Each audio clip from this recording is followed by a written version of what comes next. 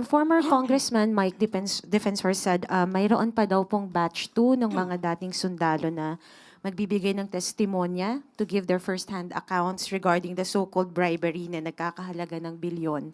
Pero sabi niya po, may mga kumikilos din daw po na para pigilan sila sa nagawin ito. What is the palace's reaction or comment on this? Mike Defensor, the known Wonder Boy.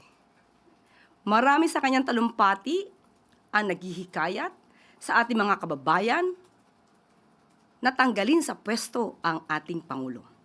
Alam na natin ang motibo.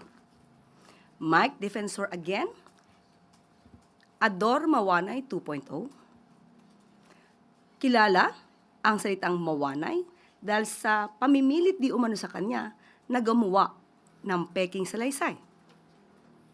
Meron tayong impormasyon na isang tao sa administrasyon dati ni GMA na isang operator na ang trabaho lamang ay to muddle the issues. Pag ang taong ito ay kasama sa isang issue, something is fishy. Follow-up lang po. With that said, do you see this as a way of diverting the attention sa nangyayari ngayon sa ICC, given na isa po sa mga naging paratang ay ang sinasabing panunuhol daw po sa ICC investigators? Malamang, kung ano man ang motibo nila, malamang na maaaring i-discredit at tanggalan ng kredibilidad at integridad ang ICC.